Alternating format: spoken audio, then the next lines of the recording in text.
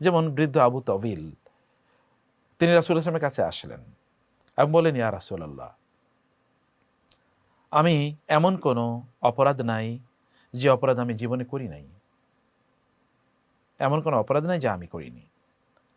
হালমিন তাওবাতিন, আমার কি তওবা কবুল হবে?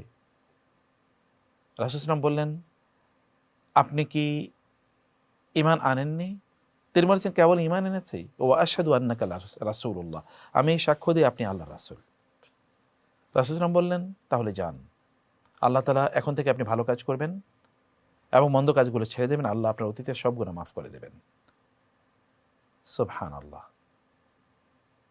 তিনি অবাক হয়ে বললেন, ইয়া রাসূলুল্লাহ, ওয়া গাদারাতি ওয়া ফাজারাতি, আমার যত ধরনের গাদ্দারি, ফাজ্জারি, ফুজুরি করেছি, যত অপরাধ, পাপ, অন্যায় করেছি, সব আল্লাহ মাফ করে দেবেন? রাসূলুল্লাহ বললেন, ওয়া গাদারাতুকা ওয়া ফাজারাতুকা, সব।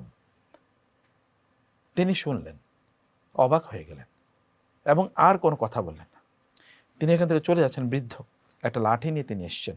সাহাবীরা বলছেন যে একটা লাঠি নিয়ে ঠুলঠুল করে তিনি এসছেন এবং তিনি যখন চলে যাচ্ছেন, তিনি কেবল বলছেন, আল্লাহু আকবার, আল্লাহু আকবার, আল্লাহু আকবার, আল্লাহু আকবার, কেবল এটা বলছেন। এবং সাহাবায়ে কেরাম, আমরা অবাক হয়ে তাকিয়েছিলাম। যতদূর পর্যন্ত তাকে দেখা গেল, ততদূর পর্যন্ত এই বৃদ্ধ মানুষের কণ্ঠ থেকে ভেসে আসছে, আল্লাহু আকবার, আল্লাহু আকবার, আল্লাহু আকবার। এটা বলে বলে তিনি চলে যাচ্ছিলেন। জ্ঞান কেবলমাত্র তথ্যের মধ্যে সীমাবদ্ধ যেন না থাকে, এটা যেন আমরা আত্মস্থ করতে পারি, এটা যেন গভীরতা আমরা নিয়ে যেতে পারি।